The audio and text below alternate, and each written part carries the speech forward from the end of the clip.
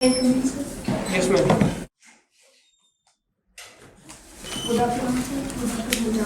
Please have a seat. Thank you. So, first of all, introduce yourself. My name is Vidya. I am from Hisar in Haryana, and we are in my family. We are 4 members, including me, and I have a baby, 6-year-old. And in my qualification, I completed my schooling in 2011 in HBSC board, and I completed my graduation from Kurukshetra University. Or after that, I completed my masters in 2020 from Ranveer Singh University, GNC. Okay. And what is the best way to teach geography? Sir, What do geography. you think the best way to teach the geography as per according to you? Sir मेरे according geography को जैसे real life से connect करके हम पढ़ा सकते हैं Can you और give a example of that? जिस Means how can you relate? जैसे हम डेली लाइफ में जो चीज़ें देखते हैं, हम हमारे धरातल के ऊपर किस प्रकार से हमारा स्ट्रक्चर है, हम हमारे अर्थ के ऊपर कौन कौन सी चीज़ें हैं, वो किस प्रकार से जनरेट हुई हैं, किस प्रकार जी, से। वो मैं आपको वही बोल रही हूँ कि उसका सिर्फ एक थोड़ा 1-2 लाइंस में आप बताएंगे कि कैसे आप उस चीज़ को जो है वो कनेक्ट करेंगे, कोई भी नॉर्मल एग्जांपल लेके। जी, जिस प्रकार से हम ये बता सकते हैं कि पहाड़ी एरिया में जो लोग रहते हैं और जो प्लेन एरिया में जो लोग रहते हैं, वो किस प्रकार से कैसे कैसे डिफरेंट हैं, किस प्रकार से जो इन्वायरमेंट है वो इफेक्ट डालता है हमारे ऊपर। Okay. And what are the responsibilities of a teacher? आपको क्या लगता है कि एज ए टीचर क्या रिस्पॉन्सिबिलिटीज होनी चाहिए टीचर की? सर, एक तो बच्चों के साथ कनेक्टिविटी उनकी अच्छी होनी चाहिए, और दूसरा उसको सब्जेक्ट नॉलेज जैसे अच्छी होनी चाहिए, हमेशा वो एक्टिव लर्नर हो, बच्चों के साथ इमोशनल अटैचमेंट हो उनकी, और एक फ्रेंडली बिहेव करे बच्चों के साथ। बच्चों को लगे कि हाँ, मैं अपनी सारी प्रॉब्लम सर के साथ से या मैम के साथ से शेयर कर सकता हूँ। तो okay. And what are your strengths and weaknesses? Sir मेरी जो स्ट्रेंथ है वो मैं हार्ड वर्कर, टाइम की पंचुअल हूँ, और जो मैं नॉलेज है वो जो बच्चों को प्रोवाइड करवा रही हूँ, तो कोशिश करूँगी कि उनकी रियल लाइफ से जो कनेक्ट करके उनको बताऊँ, या फिर मैं कोई जैसे मॉडल या चार्ट के वगैरह मैं उनको समझाऊँ, और उनको मतलब बिल्कुल इंटरेस्टिंग वे में और सिंपल वे में मैं उनको करवाना चाहूँगी। और Ma'am, मेरा एक क्वेश्चन है, I have a question. You repeatedly said that you like to connect the topics as per the real life of the students, जी सर। जिससे उनको ज़्यादा समझ आ जाए। जी सर। आज ज्योग्राफी पढ़ाएंगे आप, जी राइट? सर। तो अभी बोर्ड भी है यहाँ पे, हमें स्टूडेंट्स मान लीजिए, जी sir. So consider take any topic into your consideration and give us an example कि आप रियल लाइफ से ऐसे कनेक्ट करके कैसे ज्योग्राफी पढ़ाएं, क्योंकि आपने काफी बार mention this many times that I connect my topics to the real life thing. So geography obviously is all about real life, the things around us, right? जी sir. Land, water, sea. जी sir. So what exactly do you mean कि आप कैसे connect करेंगे? Example के साथ हम sir, समझा जैसे हम पाएंगे? देखते हैं, जैसे हम जहाँ से हम बिलोंग करते हैं, हमारा बैकग्राउंड कैसा है, जब हम टीचिंग के लिए शहर आते हैं तो वहाँ का मतलब जो बैकग्राउंड है वो कैसा है, जैसे कैसे वहाँ पे इंडस्ट्रीज हैं, किस प्रकार के है, जैसे प्रदूषण है, इन्वायरमेंट कैसा है, गांव का जो इन्वायरमेंट है वो कैसा है, प्रकृति कैसे हमारे ऊपर इफेक्ट डाल रही है, ये चीज़ें हम बता सकते हैं। कि जैसे वो घर से जब निकलते हैं स्टडी के लिए, या वो कैसे कैसे चेंजेस देखते हैं हमारी अर्थ के ऊपर। डेमो टीचिंग प्रिपेयर करके आए आप? जी सर। ठीक है, डेमो दे देगा। Interior of the earth.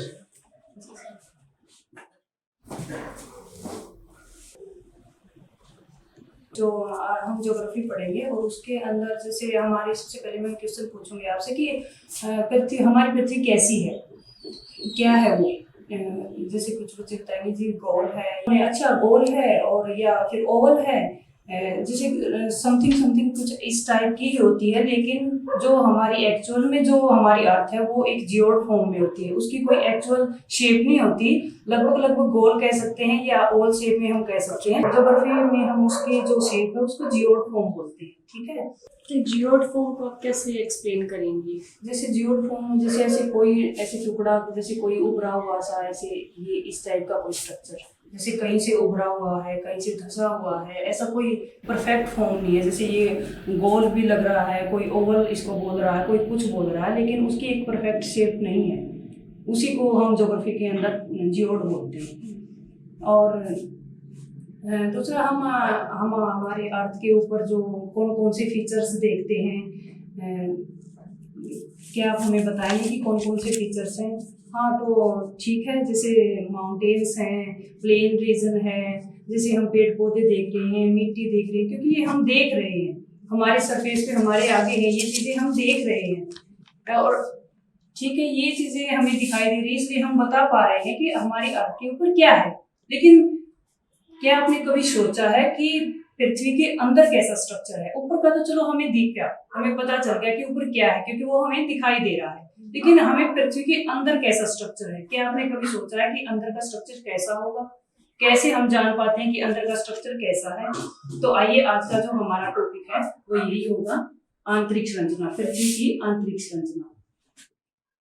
पृथ्वी की उसको कैसे पता चलता है कि हमें कैसी है? जो जियो साइंटिस्ट हैं वो देखते हैं कि भाई वो अनुमान लगाते हैं, उसके टू सोर्स होते हैं, एक होता है डायरेक्ट और एक होता है मैम इनडायरेक्ट। इसमें आप डायरेक्ट एक उसका डायग्राम बना के समझा दो, क्योंकि उसमें ज्यादा टाइम लगेगा जिसमें आप समझा रहे हो। इसमें आप कोर, क्रस्ट एंड मेंटल को कोर, मेंटल एंड क्रस्ट को बता दो।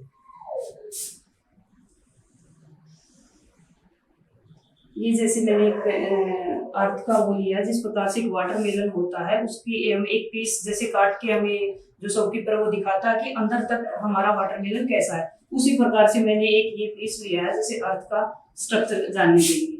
इसके 3 पार्ट में डिवाइड किया है जियो साइंटिस्ट ने। ये होता है ऊपरी क्रस्ट,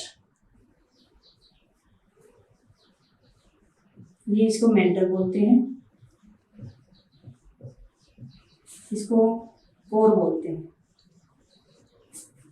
और दूसरा इसमें एक ये सियाल होती है, ये सीमा होती है, और ये नीफे होता है।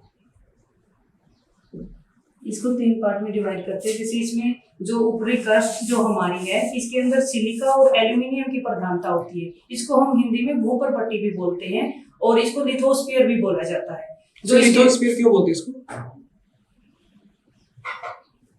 लिथो मतलब लिथोस्फीयर का मतलब, लिथो का हो गया, स्फीयर मतलब पार्ट्स हो गए, लिथो का मतलब क्या होता है? स्टोन होता है ना? हार्ट ऑफ द स्टोन, ये जैसे कठोर जो सॉलिड फॉर्म में है, और इसके अंदर ऑक्सीजन है, जो ऑक्सीजन की भरपूर मात्रा में ऑक्सीजन होती है, और सिलिका और एल्यूमिनियम की प्रधानता होती है। और ये पूरे पृथ्वी का जो आयतन है उसका 1% इसका टोटल वो है आयतन। और इसके जो जैसे महासागर हैं, यहाँ तक ये जैसे ऊपरी हमारी ऊपर पट्टी हो गई, तो ये यहाँ से 5 किलोमीटर गहराई पर पाई जाती है, और यहाँ से 31% इसकी जो मोटाई होती है। और जो सीमा है उसके अंदर सिलिका और मैग्नीशियम की प्रधानता पाई जाती है, और ये 2900 किलोमीटर की इसकी मोटाई होती है। और ये सारा मैग्मा चैम्बर यहाँ पर होता है, ये लिक्विड फॉर्म में होता है। क्या होता है सर, मैग्मा जो चट्टानें वो पिघली अवस्था में होती है, उसी को मैग्मा बोलते हैं। जैसे चट्टानें वो लावा के रूप में सारे उसके अंदर धातुएं मिक्स होती हैं, वो एक तो जो liquid मैग्मा form से में जो चट्टान बनती है उसको क्या बोलते हैं? 3 टाइप की चट्टान आपने पढ़ी हाँ होगी जी, ना? आर्मेनियन मैग्मा, चट्टानें हैं, और सादी चट्टानें हैं, और बेसाल्टिक चट्टानें हैं। तो मैग्मा से कौन सी बनती है? मैग्मा से जो सबसे कठोर ग्रेनाइट की जो चट्टानें हैं, वो मैग्मा से बनती है। कौन सी बोलते हैं उसको, ग्रेनाइट वाली चट्टान को? आग्नेय चट्टानें। आग्नेय, मतलब उसको इग्निशियस रॉक। हाँ जी। ठीक है। तो जो ज्वालामुखी निकलती है वो यहीं से निकलते हैं, और सबसे बड़ा जो पार्ट है वो ये 83% जो पृथ्वी का आयतन है वो यही पार्ट जो है वो कवर करता है। सबसे नीचे का है जो कोर पार्ट है, इसके अंदर निकेल और फेर्स यानी कि निकेल और लोहे की प्रधानता होती है। इसके लोहे को तो आयरन बोलते हैं, तो यहाँ पर Fe क्यों लिखा आपने? फेर्स, तो फेरस क्यों बोलते हैं? इसको कोर बोलते हैं। और इसके जो ये तीनों पार्ट हैं, इनकी यहाँ पे डिस्कंटिन्यूटी भी बनती है। जैसे ये वाला जो पार्ट है, जो ये भूपर पट्टी और मैग्मा जो बनते हैं, यहाँ पे जो डिस्कंटिन्यूटी बनती है उसको मोहो डिस्कंटिन्यूटी बोला गया है।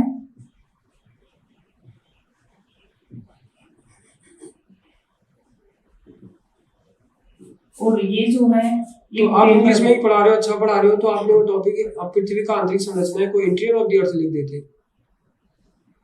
आप सही तो पढ़ा रहे हो, ये सारा अच्छा पढ़ा रहे हो। सर ये जो डिस्ट्रिक्ट कंटिन्यूटी है ये गुटेनबर्ग है।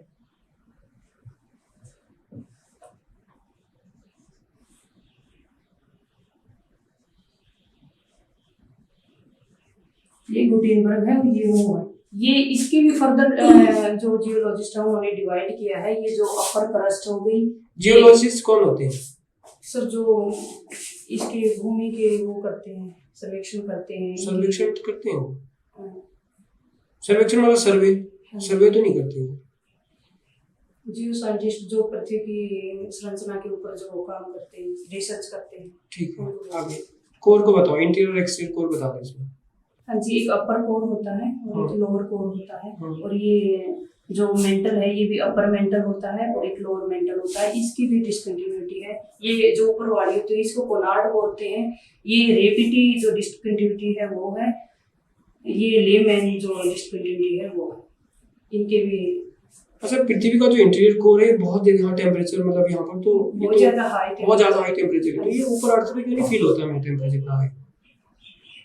सर ऊपर हम जितनी गहराई में जाते हैं तो जैसे 32 मीटर अगर हम नीचे आए तो 1 डिग्री सेल्सियस जो हमारा टेम्परेचर इंक्रीज हो जाता है। और जितना ऊपर जाते हैं उतना टेम्परेचर डिक्रीज होता जाता है। ठीक है, तो मेरा क्वेश्चन तो ये था कि मतलब हमें वो जो हॉटनेस है वो ऊपर क्यों नहीं फील होती है? कि नीचे तो आग जल रही है ना, धरती के नीचे तो आग जल रही है, तो हमें भी थोड़ा सा ऐसा होना चाहिए ऊपर ऐसा। सर वो है जितना हम ऊपर जाते हैं, जैसे ये पेड़ पौधे हैं, इनमें इन्वायरमेंट का भी फर्क पड़ता है। हवाएं चलती हैं, जैसे ऊपर अंदर दबाव और जो टेम्परेचर है वो ज्यादा है। अच्छा, पेड़ पौधे से क्वेश्चन है कि जो हमें पता है कि जो ऑक्सीजन हमें जो ट्रीज होते हैं ऑक्सीजन प्रोवाइड करते हैं। हाँ जी। तो हम कार्बन डाइऑक्साइड को रिलीज कर रहे हैं, उसको इनहेल कर रहे हैं, हम उसको एक्सहेल कर रहे हैं। तो सबसे ज्यादा जो कार्बन डाइऑक्साइड को जो मतलब इनहेल करता है वो कौन से होते हैं? वो सबसे ज्यादा ट्रीज तो होती है ऑब्वियसली, बट उसके अलावा क्या हो सकता है? सर वो ऐसा पीपल का जो है वो भी ट्री में आ गया। हाँ जी। सी से कुछ है इसका लिंक? समंदर से लिंक है इसका कुछ? कार्बन डाइऑक्साइड का सर? हाँ, लिंक है इसका कुछ समंदर से? सर ये तो है जहाँ पर जो ओशियंस हैं या फिर जो जंगल वगैरह है वहाँ पर जो ऑक्सीजन है वो ज्यादा होती है, कार्बन डाइऑक्साइड को अब्सॉर्ब। जंगल में तो पेड़ है लेकिन सी में तो नहीं है पेड़। सी में क्या है? चलो कोई बात, बैठ जाओ।